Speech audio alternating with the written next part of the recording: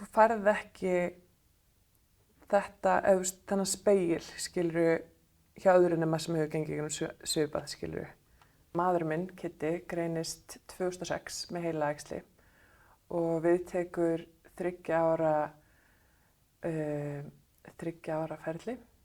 Sko, eftir fyrstu greiningu, þegar hann fer í það, þá vorum við svolítið bara ein. Þetta var árið 2006, við vissum ekkert hvað var í boði og auðvitað er öll reynsla mismunandi eftir hver og bara þótt að séu sömu aðstæður þá getur verið mismunandi upplifanir, en þetta að geta að tala við ykkur og leita til einhvers og viðkomandi bara skilur, það er svo ótrúlega dýrmætt.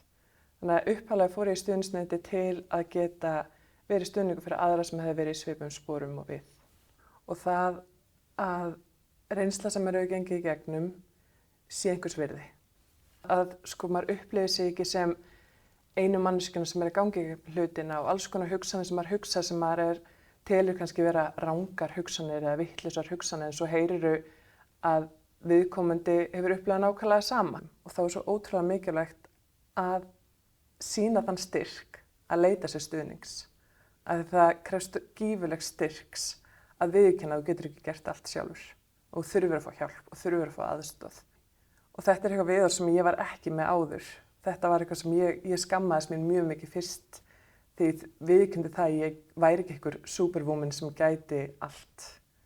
Og það að geta tekið til dæmis upp símann og hringt í stuðningsfulltrúa sem er bundin 100% trúnaði og gjörsamlega sagt allt sem þið langar til að segja án þess að fá fordóma eða þurfa áhyggjur að þú sért að særa einhvern eða íþyngja einhver með einhverjum og geta svo bara skellt á og haldið áfram með þitt líf. Það er ótrúlega dýrmætt. Bara að vera ekki einn. Að geta leita til eitthvað sem skilur mann. Það er oft sko, vinir og ættingar skilur mann upp að missu marki, en ef þú hefur ekki gengið í gegnum þessa hluti þá getur þú bara veitt ákveðin stuðning.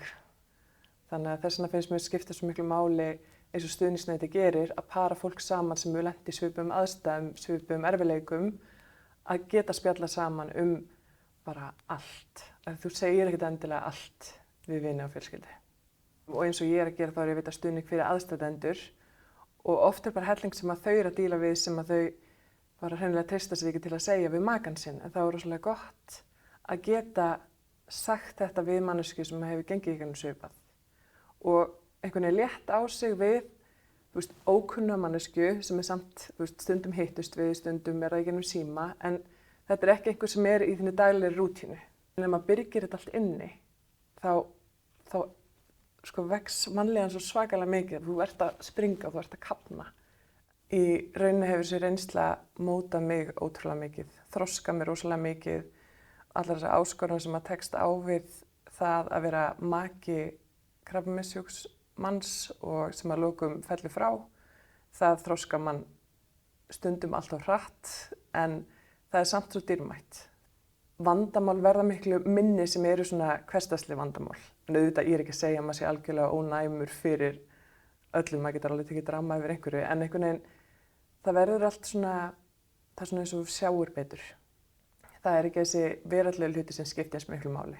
Það er meiri stundinar og það geta verið með fjölskyldunni og bara njóta þeirra forréttinda að eiga fjölskyldu og geta nýtt tíma með þeim. Það er, gæðin ekki allar þessar utanlandsferðir eða allt þetta glamour, Instagram dæmi sem að, maður tekur alveg þátt í líka, en einhvern veginn það er þetta að maður skapar miklu meiri gæðastundir og nýtur hlutina miklu betur þegar maður veit hversu stutt á milli til dæmis bara lífs og dauða.